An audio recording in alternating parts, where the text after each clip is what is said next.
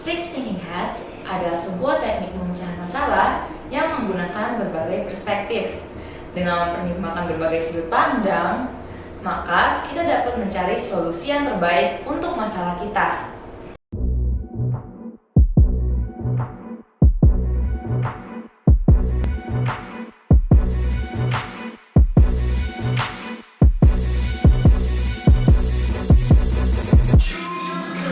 Topi hijau, sumber ide dalam kelompok.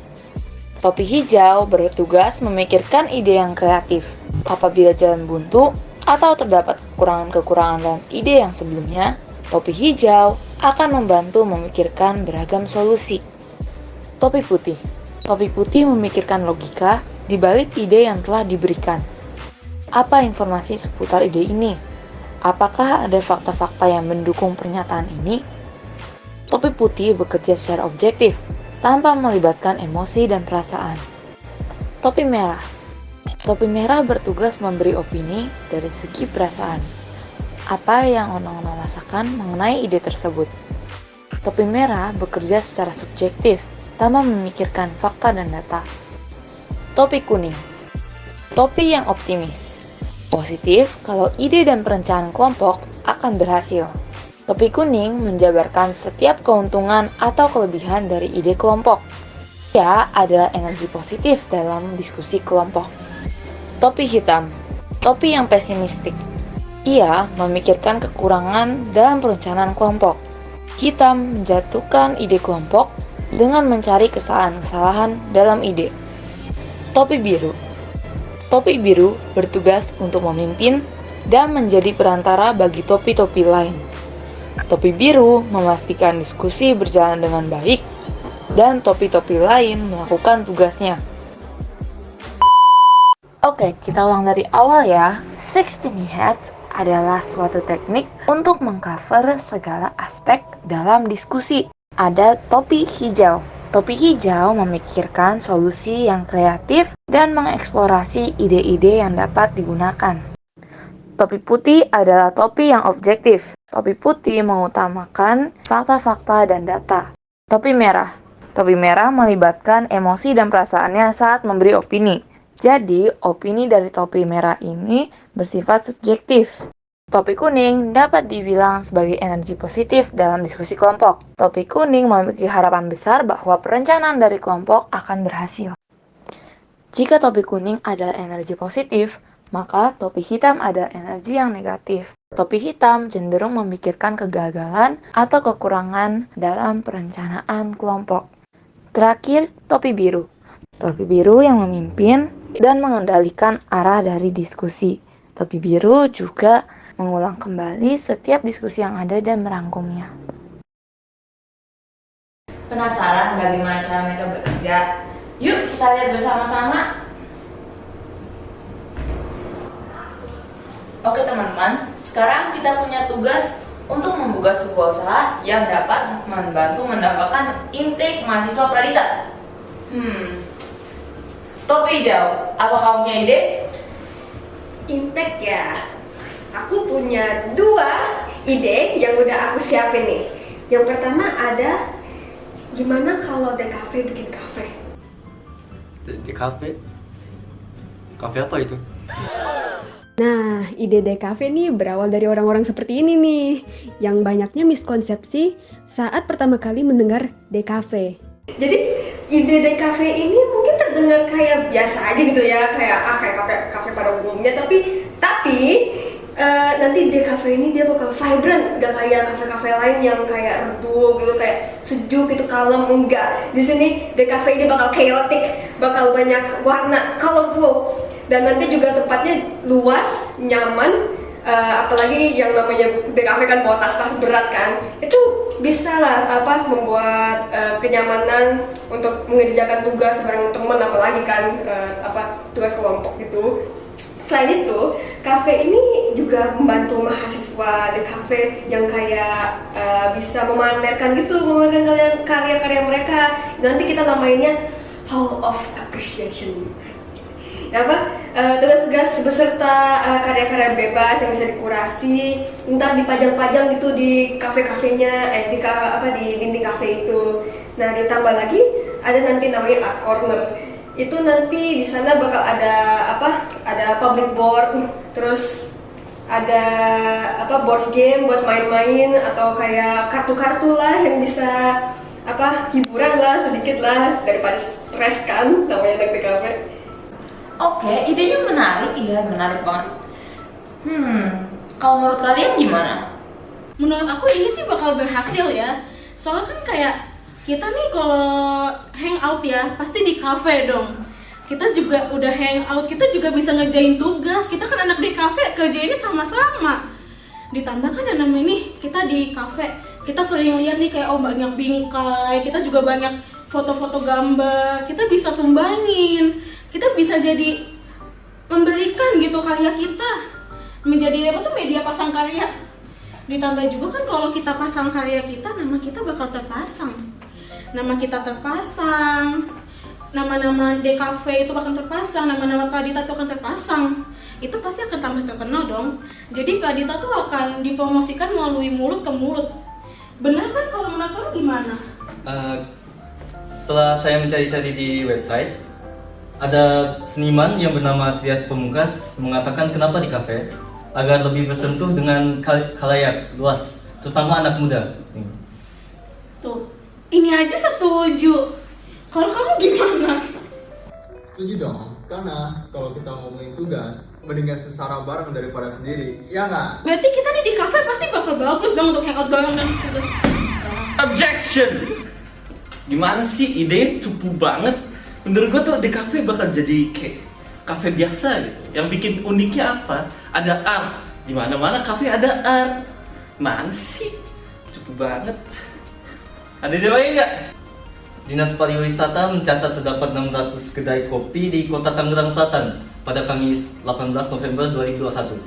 Kan udah banyak cu. Jadinya nggak bakal ini jadi general doang. Apa sih daya tariknya? Menurut lu gimana? Gak salah juga sih. Mending gue bisa ke kafe yang lain sih ya, dengan harga yang lebih murah dibanding di kafe ya. Jadi yang bikin uniknya nggak ada. Buat apa gitu? Idenya tuh terlalu positif. Buat apa sih? Zaman sekarang tuh ngapain positif banget? Mikir. Kons tersebut sebenarnya lumayan bisa diterima lah ya. Cuma aku punya ide untuk menutupi kons tersebut. Pertama, gimana kalau kita menjual merch khusus gitu, menjual merch khusus di menu makanannya, tau lah kayak McDonald's Happy Meals atau kayak merchandise yang bisa dibeli pas kamu beli makanannya gitu. Nanti sesuai tema-temanya tuh. Nah, untuk kedua, selain itu DKV bisa membuat collab dengan artis-artis lokal gitu. Nanti itu bisa menambah daya tarik tuh. Kita bisa nyuruh mereka buat masukin DKV ini ke IG Reels atau YouTube atau TikTok bahkan. Nah, itu nanti bisa nambah-nambah customer.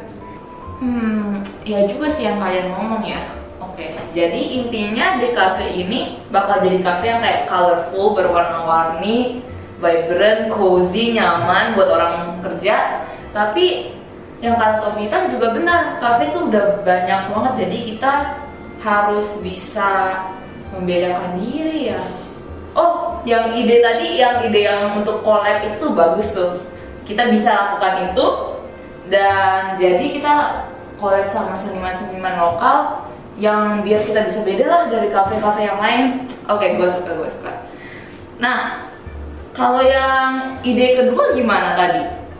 Ide kedua kita punya yang namanya escape room. Oh my god, escape room. Bayangin 12 jurusan Pradita, kita bikin semacam teka-teki puzzle ruangan dan anak-anak ini nanti pas kampus visit mereka bisa kayak main-main gitu loh, main-main kayak oh my god, mereka akan bikin memory core yang keren sih pastinya untuk bikin Pradita gitu loh, inget-inget Pradita. Itu ide kedua. Escape room ya. Emang sih kayaknya juga belakangan ini belum banyak banget escape room. Kalian gimana?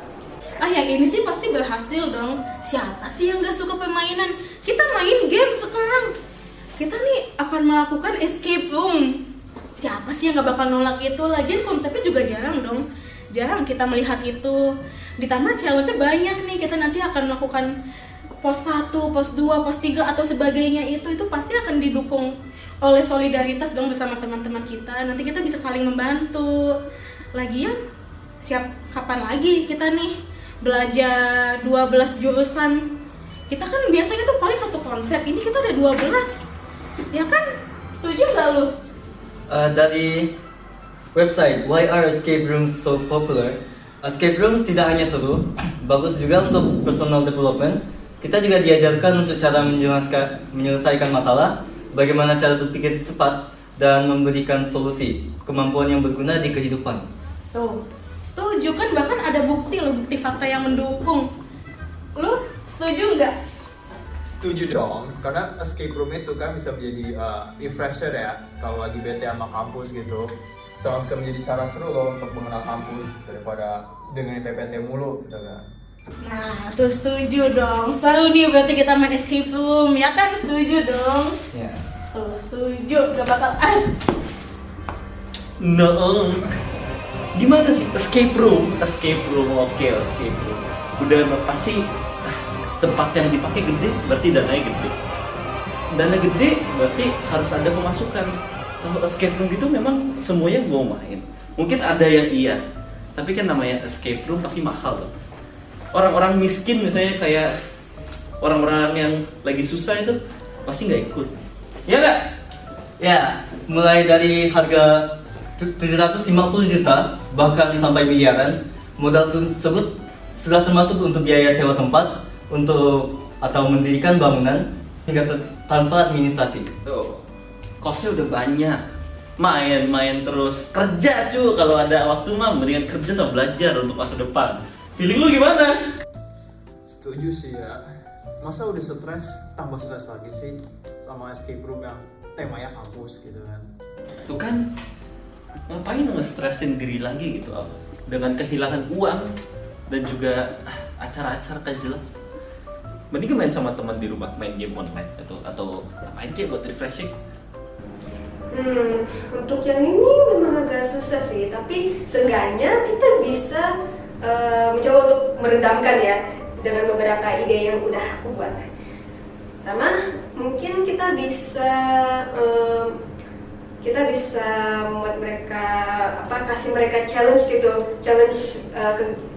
bonus untuk foto-foto kegiatan mereka di ruang escape itu. Nah, nanti mereka bisa dapat hadiah tuh. Nah, untuk yang kedua, kita bisa melakukan promosi yang unik-unik dan bisa membuat permainannya lebih seru dan menegangkan. Karena menurutku ya, untuk tema 12 jurusan kampus, menurutku itu udah termasuk unik ya. Oh gitu ya. Escape room ini ide yang menarik. Jadi belum banyak pesaing juga sih yang aku lihat. Belum lagi kan anak-anak juga memang suka games yang chaotic gitu, yang banyak gerak, banyak kegiatan. Jadi itu oke.